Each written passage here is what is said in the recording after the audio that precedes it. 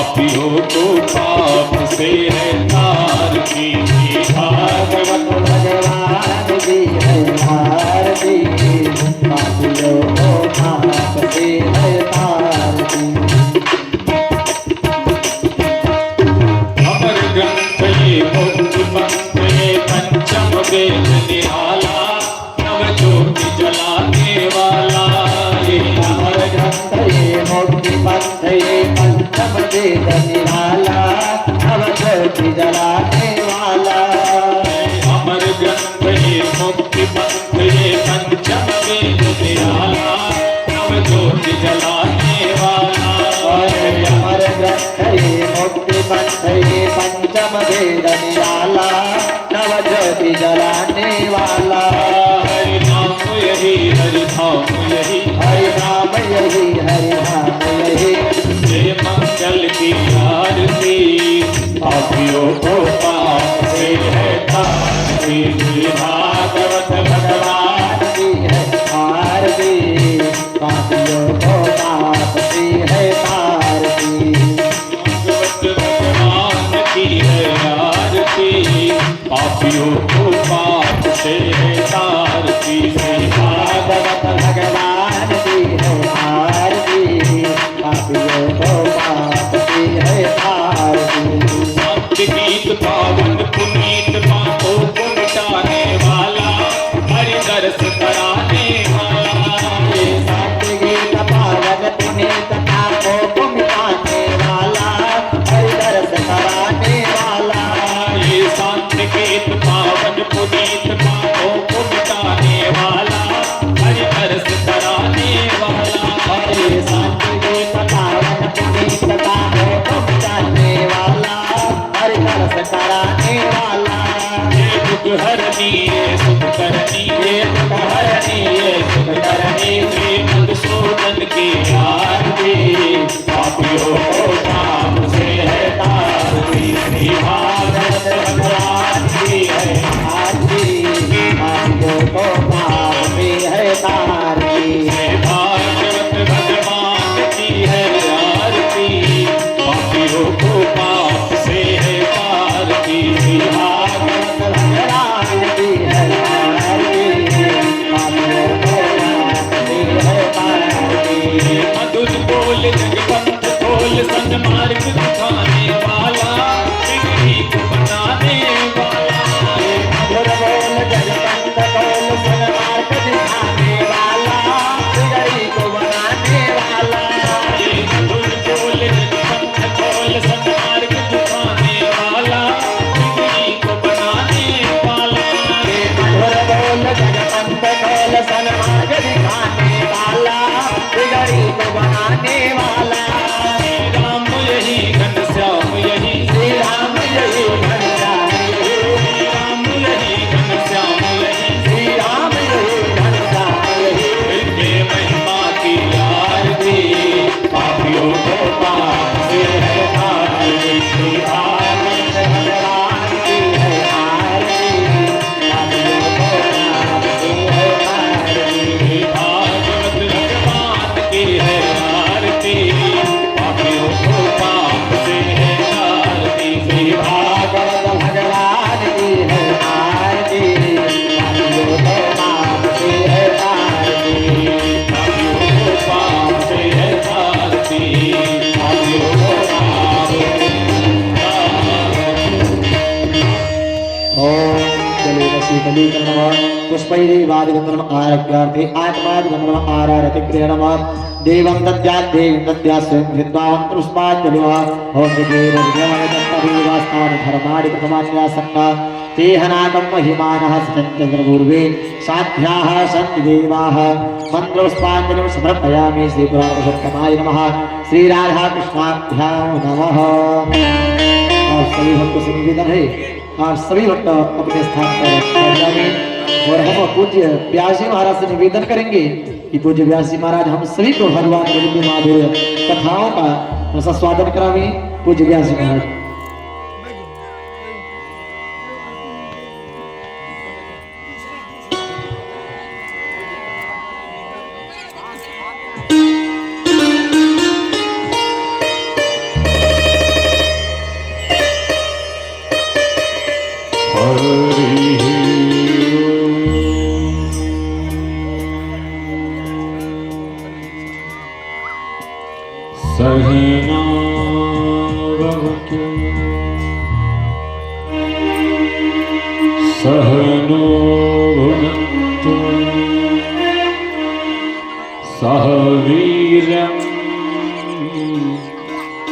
करवावहै। तेजस्विनामधीतमस्तु मा विद्विषावहै।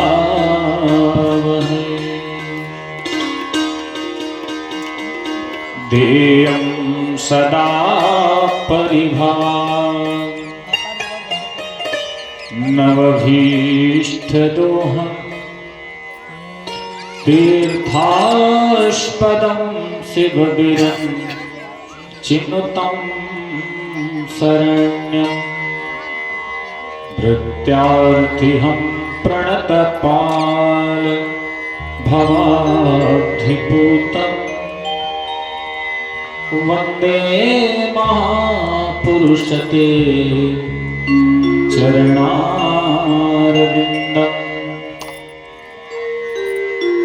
वंशी विभूषित करान्नवनीरदाहा पीताम्बरादरुणविन्दफलाङ्गरुष्ठा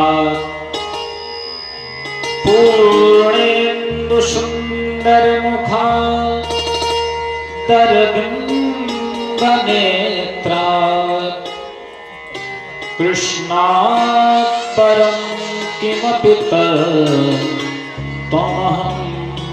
न जाने। वागर्थाविव सम्पृक्तौ वागर्था प्रतिपत्तये जगतः पितरो वंदे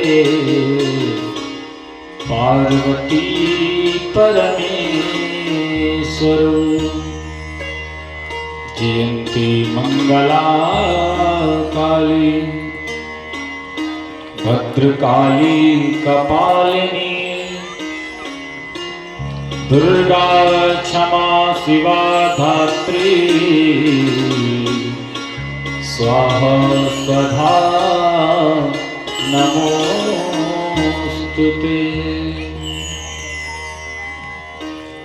उल्लंघ सिंधु सलिलं सलीलं यः शोकबह्निं जनकात्मजाया आदाय तेनैव ददाह लङ्काम् नमामि तं प्राञ्जलिराञ्जनेयम्। अपने अपने घरन की सब काहू को पीर उन्हें पीर सब घरन की धन्य धन्य रघुवीर। जय जय श्री राधा रमण जय जय नवल किशोर जय गोपी चित चोर प्रभु जय जय माखन चोर। जय गोपी चित चोर प्रभु जय जय माखन चोर। बोले माखन चोर भगवान की वृंदावन बिहारी लाल की जय। भागवत भगवान की श्री हनुमान जी महाराज की जय।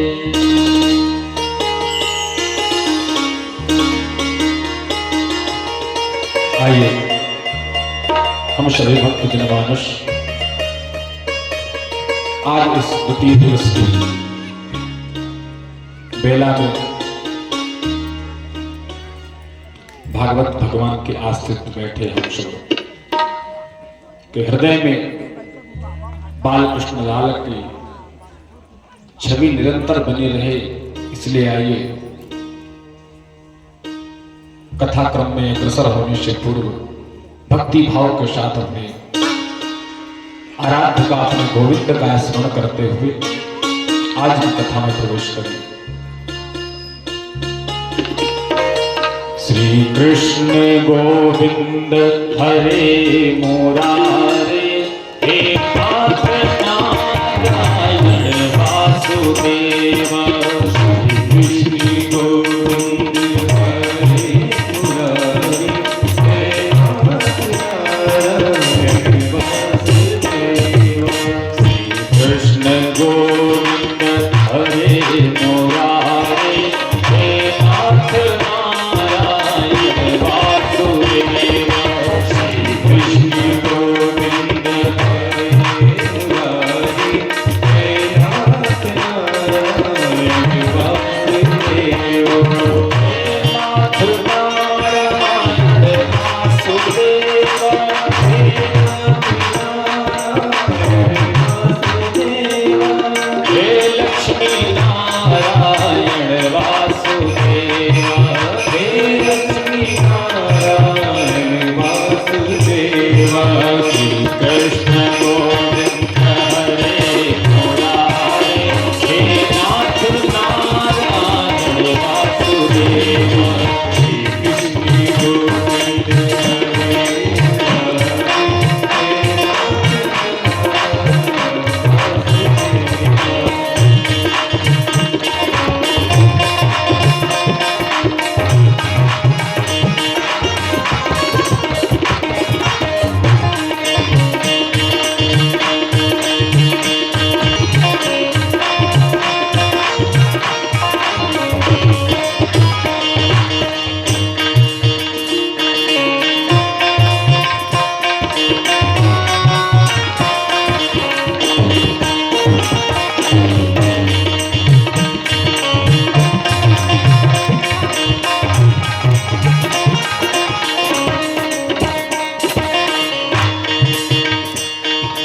गोविंद मेरी यह प्रार्थना है गोविंद मेरी यह प्रार्थना है भूलो नहीं नाम कभी तुम्हारा भूलो कभी नाम कभी तुम्हारा निष्काम होके मैं दिन रात गाऊं निष्काम होके मैं दिन रात गाऊं हे नाथ नारायण वासुदेव हे कृष्ण गोविंद हरे मुरारे हे नाथ नारायण वासुदेव हे नाथ नारायण वासुदेव कृष्ण गोविंद हरे मुरारे हे नाथ नारायण वासुदेव हे कृष्ण गोविंद हरे मुरारे हे नाथ नारायण वासुदेव हे कृष्ण गोविंद हरे मुरारे हे नाथ नारायण वासुदेव हे कृष्ण गोविंद हरे मुरारे हे नाथ नारायण वासुदेव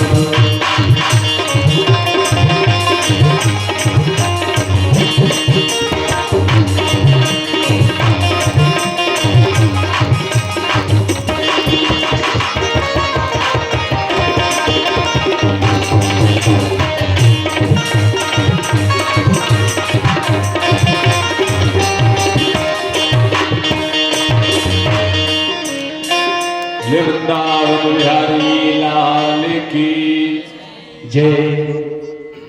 अखिल कोटि ब्रह्मांड नायक परात्पर ब्रह्म कारण करुणावरण वाले भक्त मांसा कल्पतरु भगवान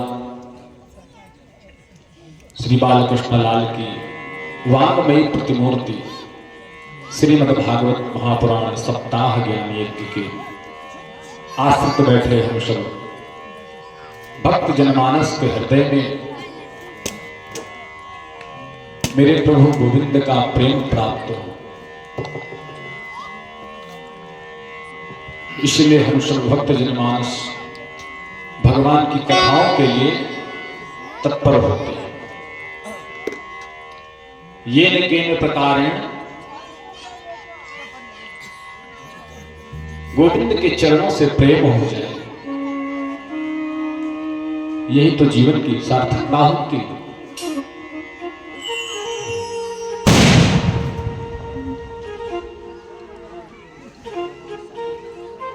बोले वृंदावन बिहारी लाल की। चौक कितने लोग गए हैं? प्रेम से बोलिए जय श्री कृष्ण। गोला बारूद काहे कर रहे हो भैया? बारात आज ही लाना है क्या?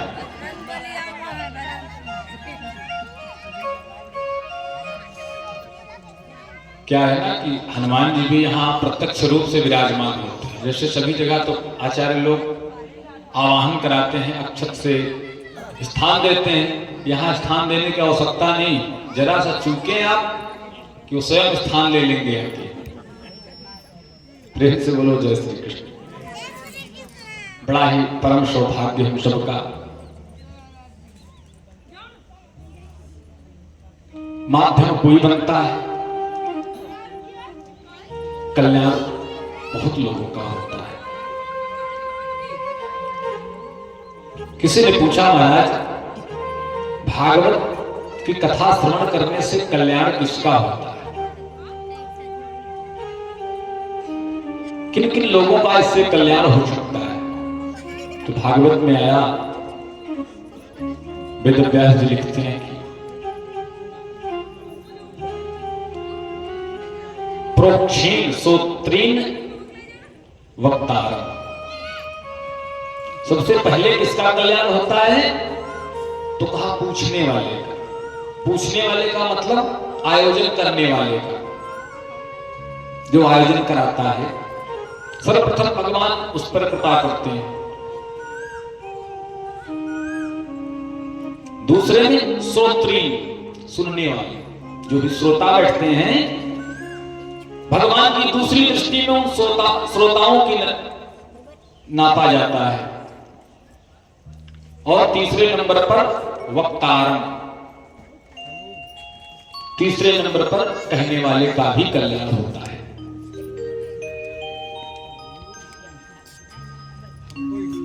इसलिए एक व्यक्ति के आयोजन करने से महाराज कितने लोगों का कल्याण हो रहा है।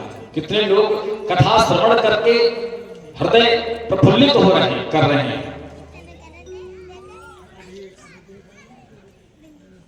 क्योंकि महाराज जीवन में हम सब कुछ पा लेते हैं, सब कुछ सरल है पाना। इस संसार की जो भोग की वस्तुएं हैं वह सब पाना हमारे लिए आसान, कठिन क्या है?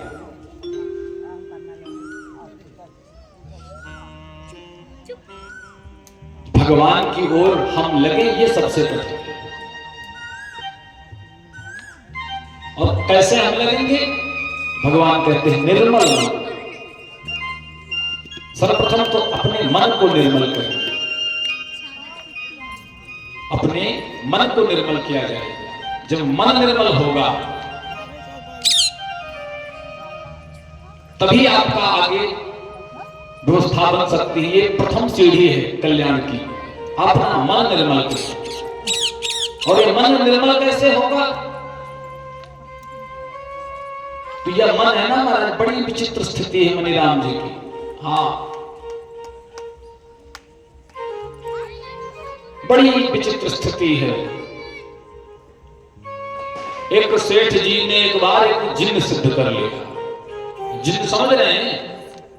जिन्न, एक सेठ जी ने एक बार जिन्न सिद्ध कर लिया। अब जिन्न सिद्ध हो गया, उसने शर्त रखी कि सेठ जी एक शर्त है हमारी। क्या शर्त रहेगी? हमको आप काम बताते रहिए, हमको आप काम बताते रहेंगे, तब तक हम आपकी सेवा करेंगे। जिस दिन आपके पास काम नहीं ना, उसी दिन आपको पटक के मार डालेंगे। प्रेम से बोलो जय श्री कृष्ण। जय श्री। अब सेठ जी को लगा कि नहीं, बहुत काम है संसार में, 50 काम बता देंगे। हाँ ठीक है, शर्त हो गई, पक्की हो गई, क्या करेंगे? अब सेठ जी ने जिन सामने खड़ा हुआ, महाराज काम बताइए। सेठ जी ने बता दिया, मेरे लिए एक बहुत बड़ी बिल्डिंग बनाइए, कोठी बनाइए। अब जिन का वायु प्रधान शरीर कुछ देर बाद आया, महाराज कोठी बनके तैयार हो गई। मेरे लिए गाड़ी की व्यवस्था की जाए। जो जो भी सेठ जी कहते गए, जिन्हें कुछ ही समय में ला करके प्रकट कर दिया। अब धीरे धीरे सेठ जी विचार करने लगे कि अब काम क्या बताएं, क्योंकि उसकी शर्त है कि जब तक काम बताओगे तभी तक हम रहेंगे, और जहां काम से फ्री हुए अगर आप काम नहीं बताए तो महाराज यहीं पटक के मार देंगे। अब क्या करें? सेठ जी को लगा अब हम फंस गए, क्या करेंगे? सेठ जी दौड़े गुरु के शरण में, गुरुदेव मुझे बचाइए, मेरी विचित्र स्थिति हो गई। क्या हुआ चेला? गुरुदेव से पूरी बात बताया। गुरुदेव गलती से एक जिन्न सिद्ध हो गया, अब वो कहता है काम बताओ। कितना काम बताएं, सारे काम तो करवा दिए। गुरु जी ने कान में मंत्र दे दिया, जाओ तुम्हारा कल्याण हो। सेठ जी आ गए। सेठ जी ने तुरंत बुलाया, जिन्न मेरे लिए एक बांस काट के ले आओ। जिन्न गया, एक बांस ला करके दे दिया। क्या करें? काम बताइए। गाड़ दो इसको। बांस को गाड़ दिया गया। काम बताइए। सेठ जी ने कहा बस ऊपर जाओ नीचे आओ। प्रेम से बोलो जय श्री कृष्ण। अब जिन्न ऊपर जाए नीचे आए, फिर ऊपर जाए फिर नीचे आए।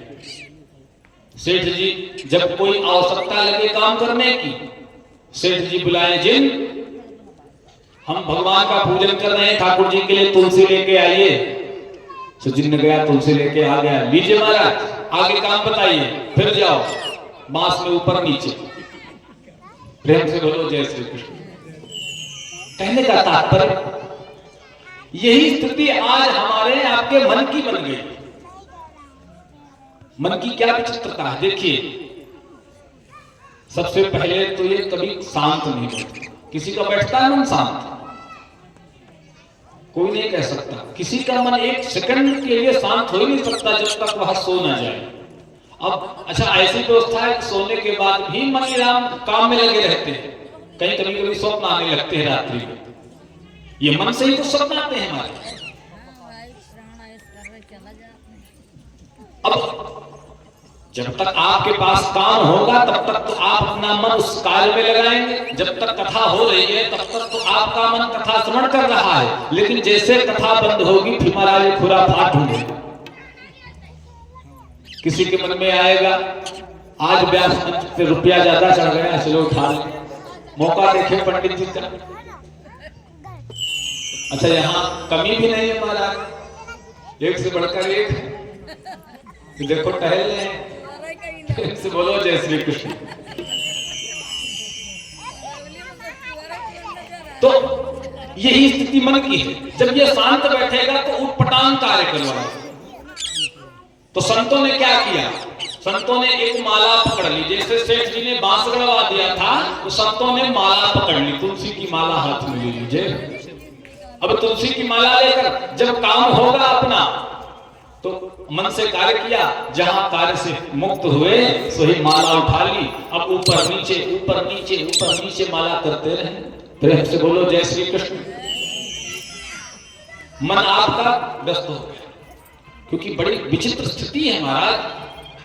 और ऐसे युग में, कलयुग के इस कलह के युग में, कलुषित युग में,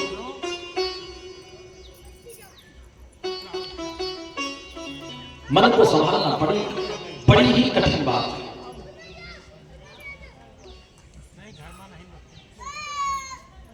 सब कुछ जीवन में हमको सुलभता से प्राप्त हो सकता है। बंगला बना लेंगे, गाड़ी खरीद लेंगे, विवाह हो जाएगा, पुत्र पुत्रियां हो जाएंगी, सब कुछ हो सकता है। परंतु जीवन में एक चीज यदि ना हुई तो सब कुछ व्यर्थ हो जाता है। यही जीवन का सार है, बाकी सब कुछ बेकार। मनु जी महाराज ने क्या विचार किया? सृष्टि के प्रथम मनुष्य हुए मनु शतरूपा, जिनसे सृष्टि का प्रारंभ हुआ। बहुत जन्मों तक महाराज भोग भोगा, राज्य का सुख लिया, पुत्र पुत्री बच्चों का, पत्नी का सुख लिया। परंतु मन में एक बार विचार आ गया, होई न विषय विराग भवन बसत भा चौथपन। विषयों से वैराग्य नहीं हो रहा, चौथापन घर में ही लग गया है। भवन बसत भा चौथापन, चौथेपन घर में ही चौथापन प्रारंभ हो गया। 60 साल के ऊपर हो गए। तब मनु महाराज विचार करते हैं, हृदय बहुत दुख लाग, बहुत दुखी हुए हृदय में। क्यों? कि जन्म गयो हरि भगत बिनु। क्या भगवान की भक्ति के बिना ही सारा जीवन चला जाए? नहीं, भगवान की भक्ति और विषयों की एक विशेषता है महाराज, विषयों की एक विशेषता है, हम जितना छोड़ना चाहेंगे उतना ही वो आगे है। भागवत में आगे कथा श्रवण करेंगे। राजा ययाति 5 पुत्र हुए। महाराज जीवन भर भोग भोगा सुखी हुए, परंतु मन से वैराग्य नहीं हुआ। बुढ़े हो गए, अपनी आयु कम पड़ गई, तो अपने पुत्र की आयु ले लिया, अपने पुत्र की आयु ले लिया और आयु लेकर फिर भी भोग भोग सुख सुविधाएं प्राप्त किया। तब मन में विचार आया कि हमेशा कृष्णवर्तमेव भूमिमेवाभिवर्तते। भागवत में स्पष्ट लिखा हुआ है कि ये विषयों की विशेषता है महाराज, कितना भी हम कोशिश कर ले मन ही नहीं शांत होता।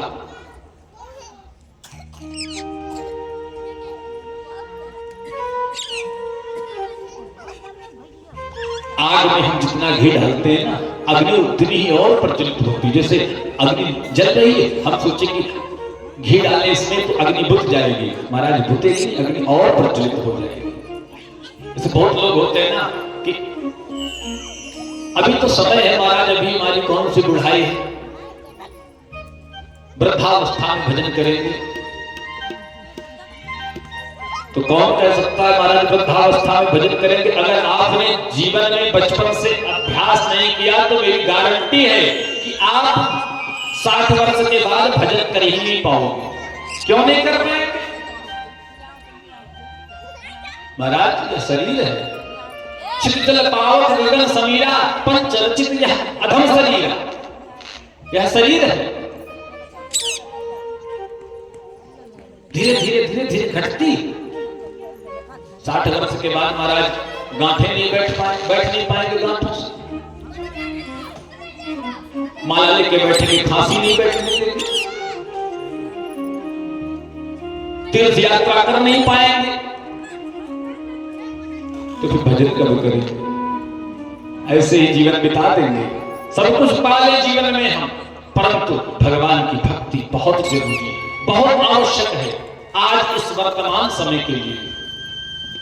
महाराज जो नए नए बच्चे इंग्लिश मीडियम में जो पढ़ाई पढ़ रहे हैं ना, माताओं समझ लीजिए संस्कार नहीं है बच्चों में। अंग्रेजी में बोल लेंगे आपसे, लेकिन संस्कार नहीं पाओगे। और जितने भी बिलियन हुए हैं वो देख लीजिए, माता पिता वृद्धावस्था में घर में झाड़ू पोछा कर रहे हैं, वो बाहर डॉक्टर बन के बैठे सुख ले रहे हैं।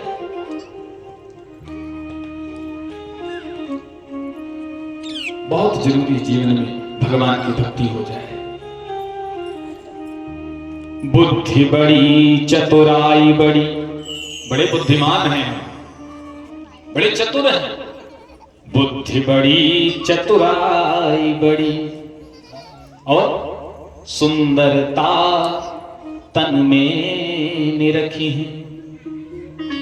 हम बड़े बुद्धिमान हैं, बड़े चतुर हैं, बहुत होशियार हैं, सुंदर भी हैं। बुद्धि बड़ी चतुराई बड़ी और सुंदरता तन में प्रकट है। मान बड़ो धन धाम बड़ो यश कीर्ति हो जग में प्रगट है। हम चारों तरफ हमारा मान सम्मान हो, जिधर भी जाए उधर जय जयकार हो। यश कीर्ति हो जग में प्रगट है। यश कीर्ति हमारा संसार फैला हुआ हो। सब कुछ मेरे पास है। झूमत द्वार गजेंद्र हजार, हजारों गजराज, हजारों हाथी द्वार पर जिसके झूम रहे हो। झूमत द्वार गजेंद्र हजार, सौ इंद्रों से कछु नाही घटी है। इतना सब कुछ पाने के बाद महाराज तो हम अपने आप को इंद्र समझेंगे, इंद्रों से कछु नाही घटी है।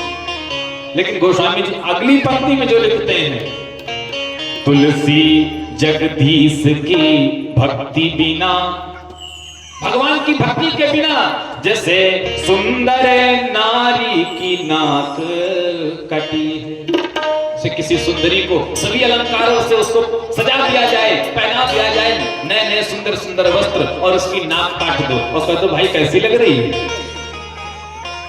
प्रेम से बोलो जय श्री कृष्ण। अच्छा लगे? अच्छा लगे। उसके जो हार कुंडल जो भी पहना है ना, वो सब उस नाक कट जाने से व्यर्थ हो गई। उसी प्रकार गोस्वामी जी कहते हैं, तुलसी जगदीश की भक्ति बिना जैसे सुंदर नारी की नाक कटी है। इसलिए जीवन में सब कुछ पा लेना ये साधारण है, आम बात है। सबसे कठिन है तो भगवान में मन लगना। हम अपने शरीर का पूरा श्रृंगार करते हैं महाराज, और श्रृंगार के लिए हमारी माताओं से क्या पूछना है? ऊपर से नीचे तक महाराज सब बढ़िया खूब विधिवत श्रृंगार होते हैं, और रह कहां का श्रृंगार जाता है? श्रृंगार कहां का रह गया? कानों में, नाक में, मुख में, मस्तक पे, गले में, बाजुओं में, पैरों में, चारों तरफ सब कुछ लग गया, लेकिन रह कहां गया? आपने अपनी जिह्वा का श्रृंगार नहीं किया। जब तक इस जिह्वा का श्रृंगार नहीं करेंगे तब तक वह सारे श्रृंगार व्यर्थ हो जाएंगे। महाराज आप कितने भी सुंदर क्यों ना हो, और किसी से दो बात उल्टा होके बोल दीजिए, आपकी सुंदरता किनारे हो जाएगी, पिट जाएंगे। प्रेम से बोलो जय श्री कृष्ण।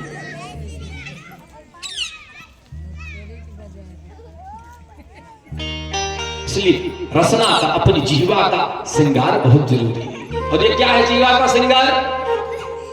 अपनी वाणी में अमृत घोल, हाँ, अपनी वाणी में अमृत घोल, रसना राधे राधे बोल, रसना राधे राधे बोल, राधे राधे बोल।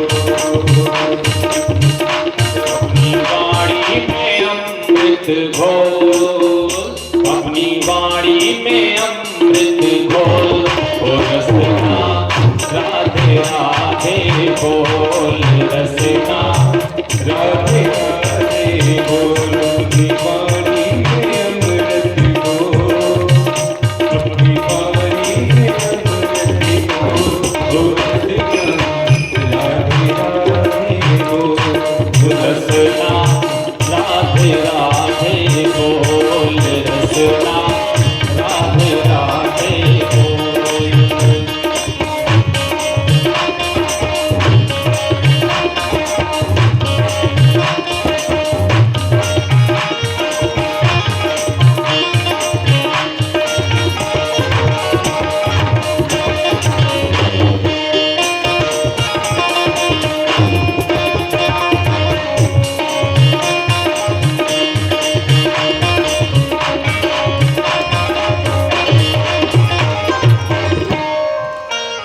ये बोल बड़े अनमोल, ये बोल बड़े अनमोल, ओ रसना राधे राधे बोल, रसना राधे राधे बोल, रसना राधे राधे बोल, रसना राधे राधे बोल। ये बोल बड़े अनमोल, ये बोल बड़े अनमोल, ओ रसना राधे राधे बोल, रसना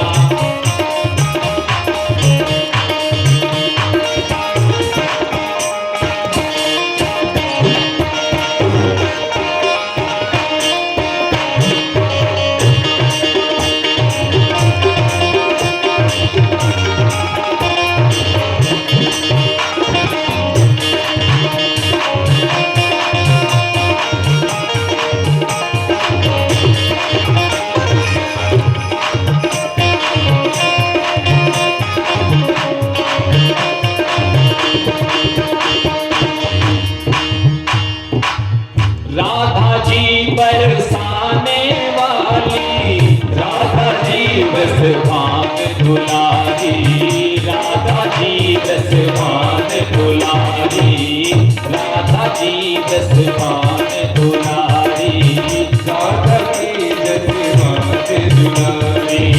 दो अक्षर आधार जगत के, दो अक्षर आधार जगत के, ये अक्षर अनमोल हो रसना, राधे राधे बोल रसना, राधे राधे। अपनी बानी में अमृत हो, अपनी बानी में अमृत हो, रसना, राधे राधे बोल रसना, राधे राधे बोल।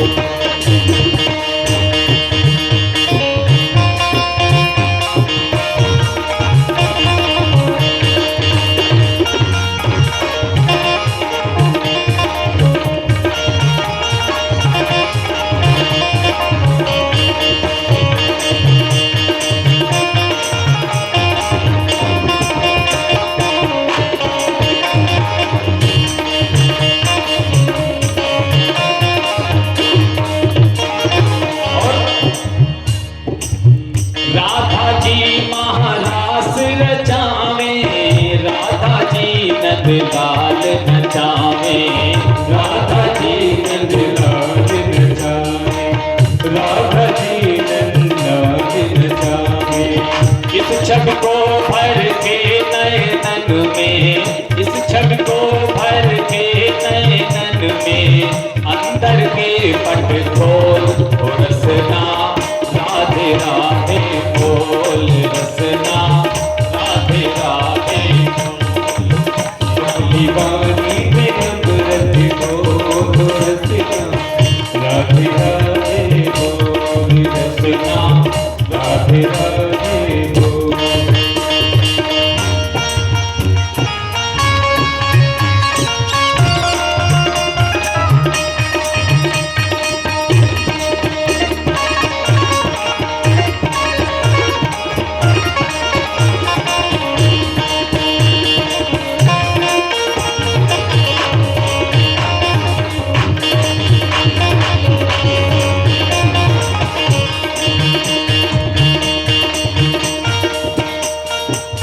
बिन राधा नहीं सजे बिहारी, बिन राधा नहीं मिले बनवारी, बिन राधा नहीं मिले बनवारी, बिन राधा नहीं मिले बनवारी। इनके चरण पकड़ लेना दां, इनके चरण पकड़ लेना दां, भटक नर दर डोल हो रसना, राधे राधे बोल रसना, राधे राधे बोल रसना, राधे राधे बोल रसना, राधे राधे बोल रसना।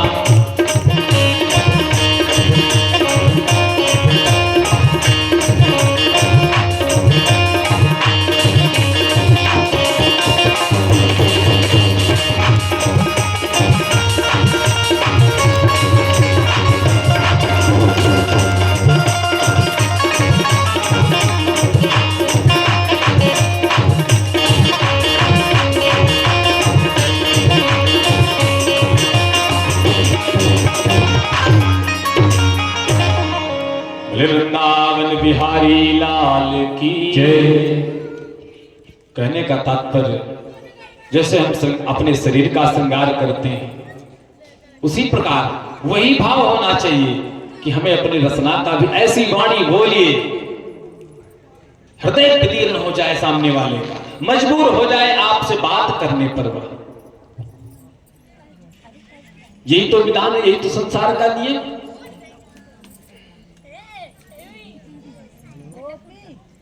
आइए हम सब भागवत की कथा में प्रवेश करें। कल आप लोगों ने बड़ी ही भाव और श्रद्धा से भागवत के महात्मा का श्रवण किया। कैसे कैसे लोग इस भागवत से कैसे कैसे लोगों का उद्धार होता है। श्री सुखदेव जी महाराज बताते हैं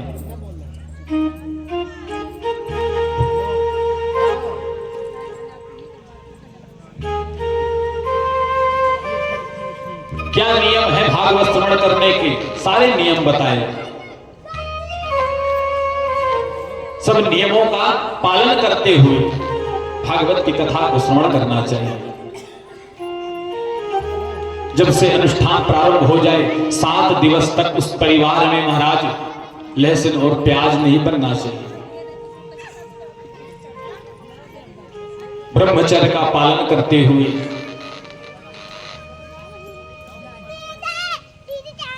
किसी प्रकार का कोई नशा, किसी प्रकार का कोई दुरुपयोग ऐसे स्थान पर नहीं करना चाहिए। उसका दुष्परिणाम मिलता है।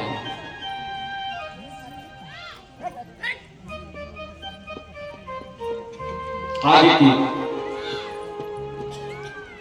कथा में प्रथम स्कंद में भागवत के प्रथम स्कंद में श्री सुखदेव जी महाराज ने किसी को प्रणाम नहीं किया। किसको प्रणाम कर रहे हैं? जो केवल सत्य है। जन्माद्यस्य यतोऽन्वयादितरतः चार्थेषु भिन्नः स्वराय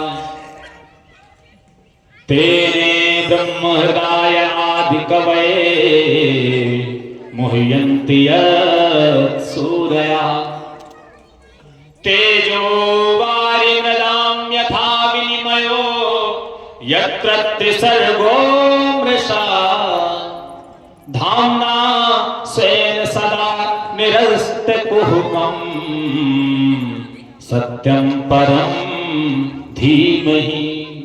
सत्यम परम धीमहि, उस परम सत्य को प्रणाम है। किसी देवता का नाम नहीं लिया, सिर्फ सत्य की प्रणाम किया। क्योंकि जीवन में सत्य कौन है? सत्य तो सिर्फ भगवान नारायण है, बाकी तो सब मिथ्या है। संसरत एक संसार है, संसार ही महाराज ऐसा है जो सरकता रहता है, सरकता रहता है। यहाँ किसी चीज को हम पकड़ नहीं सकते, धीरे धीरे क्रमशः आगे बढ़ता रहता है।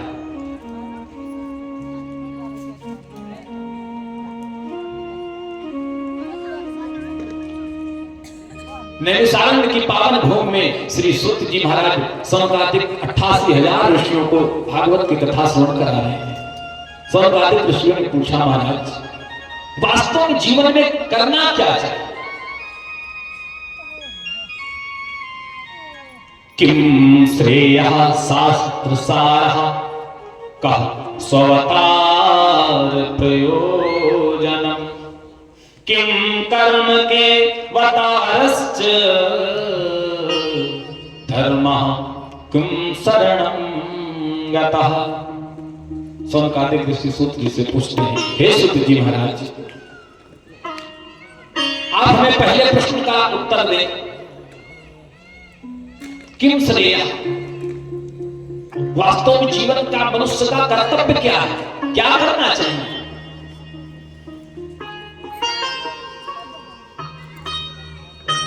दूसरा प्रश्न किया, शास्त्र सारा, शास्त्र बहुत है, इन सब शास्त्रों का सार क्या है? आज इस वर्तमान स्थिति में महाराज लोगों के पास समय की कमी हो गई, समय नहीं है किसी के पास कि इतने शास्त्र हमारे हिंदू धर्म में महाराज अनेकानेक प्रकार के शास्त्र, अनेकानेक प्रकार के सदग्रंथ, कितने पढ़ेंगे? तो महाराज इन सब का सार क्या है, निचोड़? किम कर्म के वतारश्च किम श्रेयः शास्त्र सारः, क्या करना चाहिए? शास्त्रों का सार क्या है? कहा स्ववतार। तीसरा प्रश्न क्या महाराज, भगवान बार बार जन्म क्यों लेते हैं? भगवान बार बार इस धराधाम पर क्यों आते हैं? कहा स्ववतार प्रयोजनम, अवतार का प्रयोजन क्या है?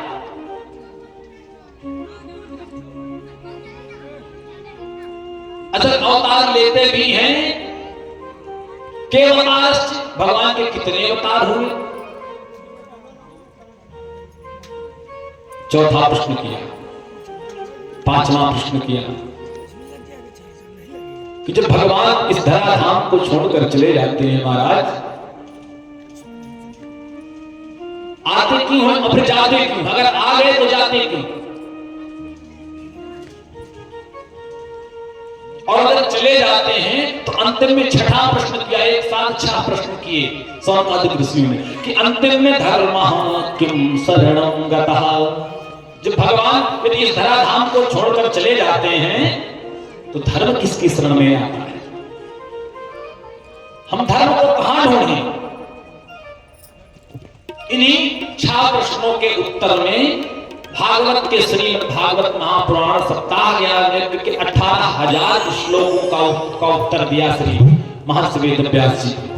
इन्हीं 6 प्रश्नों पर पूरी भागवत है। कैसे? एक बार की बात, इन सभी पुराणों के, सभी सदग्रंथों के रचयिता कौन है?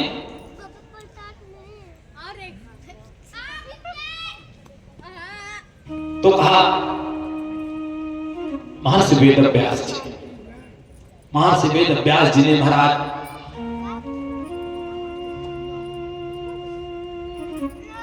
एक एक करके 17 पुराण लिख दिए। पंचम वेद में परंतु मन को शांति नहीं मिली। साथ सिर्फ इसलिए कि मानव मात्र का कल्याण के लिए, मानव मात्र का कल्याण कैसे हो, उस कल्याण को निमित्त रख करके श्री महर्षि वेदव्यास जी ने 17 पुराण लिखे, मार्कंडेय इत्यादि सभी पुराण। परंतु मन को शांति नहीं हुई, मन जरा सा भी शांत नहीं हुआ व्यास जी का। तब क्या करें?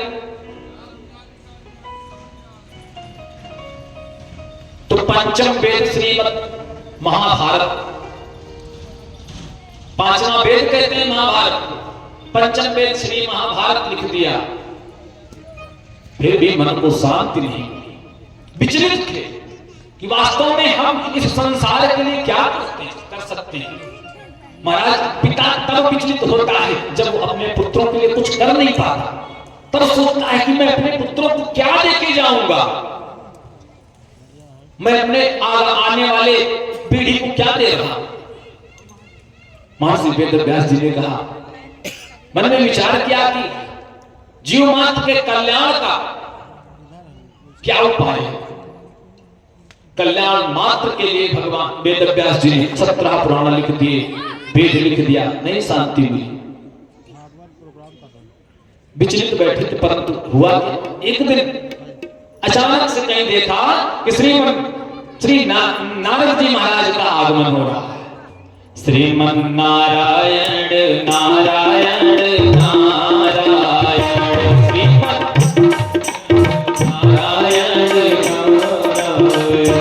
श्रीमन नारायण नारायण नारायण, नारायण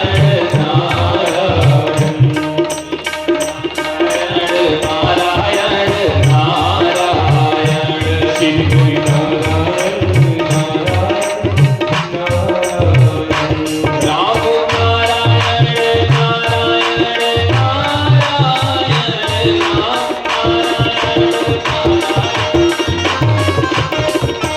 लक्ष्मी नारायण नारायण नारायण, लक्ष्मी नारायण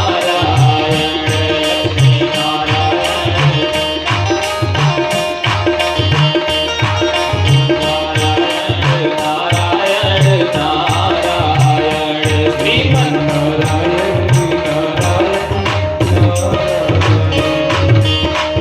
नारायण का नाम स्मरण करते हुए नारद जी आ दिखाई पड़े। नारद जी को जब देखा तो महाराज व्यास जी ने विधिवत पूजन किया नारद जी का, आसन दिया, पधारिए महाराज। नारद जी ने व्यास जी को देखा तो पूछ लिया, व्यास, हे पराशर नंदन व्यास, वेदव्यास, आप इतने चिंतित क्यों हो? दीन मुखा कुतश्चिंता तुम भगवान, किस चिंता में बैठे हैं आप? महर्षि वेदव्यास जी ने कहा, ऋषिवर, मैंने जीव मात्र के कल्याण के निमित्त 17 पुराण लिख दिया, पंचम वेद महाभारत लिख दिया, परंतु मेरा मन अभी भी अशांत है, अभी भी मेरे मन को शांति नहीं मिली।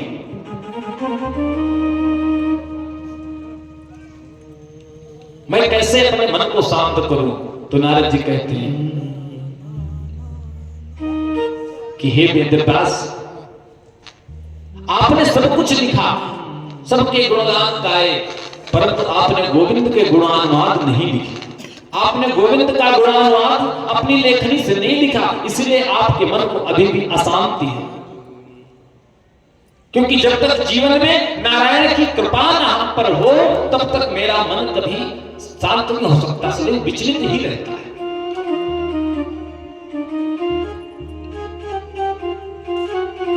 महाराज,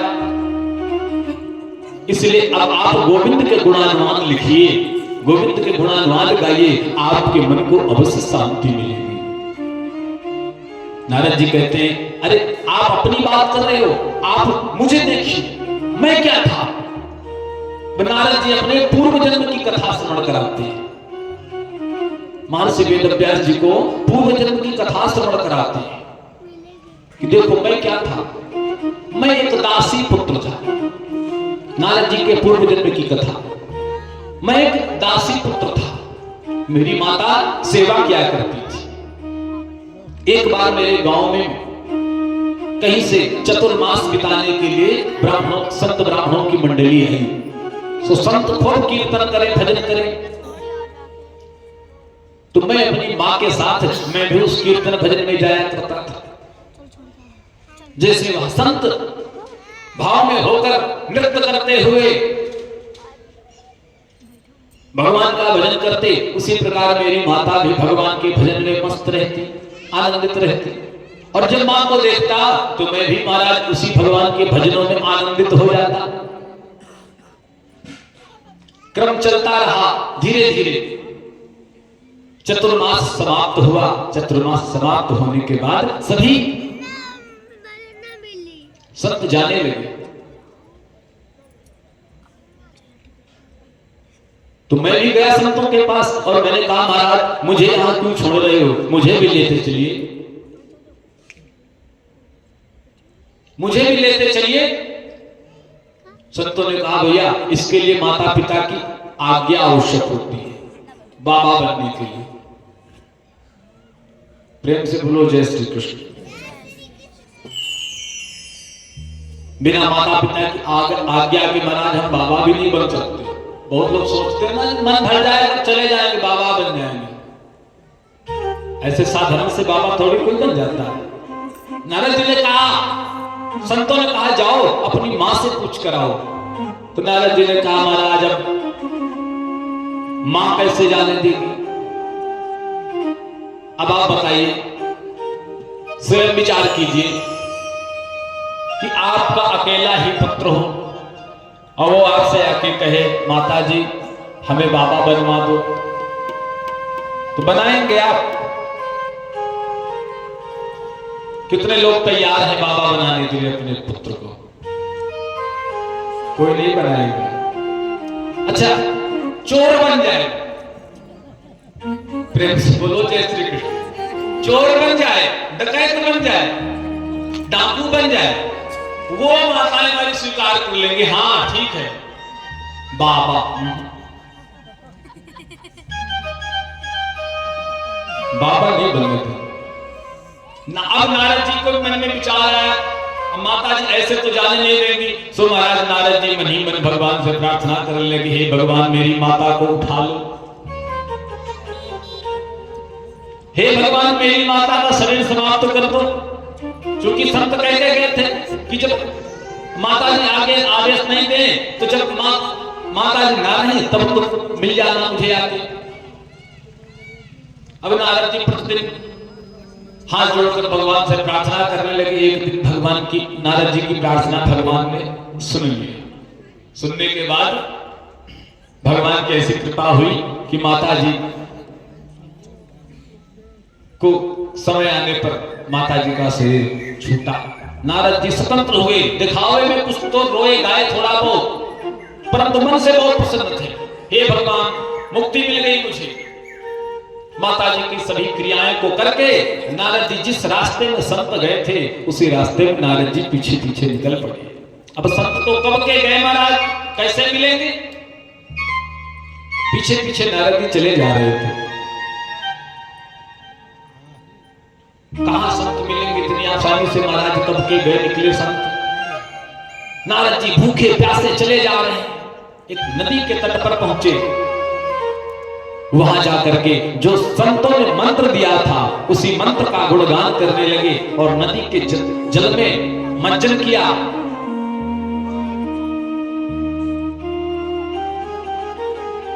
शरीर की थकान उतनी, बैठ गए और आंख बंद करके भगवान का ध्यान लगाया। जैसे भगवान का ध्यान लगाया सो महाराज भगवान की एक सुंदर छह छबीली छटा हृदय में विराजमान हो गए भगवान के, नारद जी के। अब नारद जी देख रहे हैं भगवान की उस जो हृदय में छवि है। ऐसे हम लोग भी कभी बैठते हैं ना, आंख बंद करके किसी का विचार करते हैं, किसी को याद करते हैं, तो उसका चेहरा हमारी आंखों के सामने हो जाता है। नारद जी जब भगवान का स्मरण करने लगे, स्मरण करते करते भगवान की छवि हृदय में आ गई। अब उस छवि में ही आनंद ले रहे नारद जी, लेकिन कुछ ही क्षण बाद अचानक से वह हृदय से छवि गायब हो गई। अब नारद जी छटपटा गए, अब क्या करें?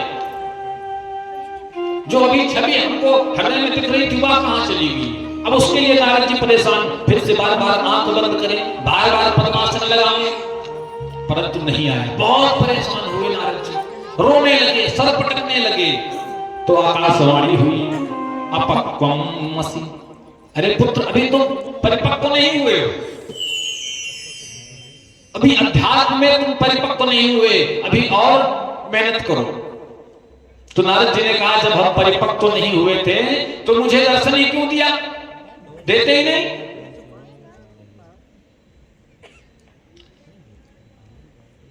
तो भगवान आकाशवाणी ने कहा दर्शन इसलिए दे दिया कि तुमको भरोसा हो जाए।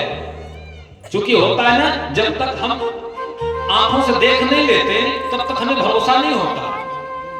एक बार हृदय में छवि भगवान ने दे दिया कि देख लो वास्तव में हम हैं। नहीं तो कभी ऐसा भी हो सकता है मन में आ जाए कि पता नहीं बाबा बैरागी कहां पागल बनाते फिरते हैं। कई भगवान नहीं होते।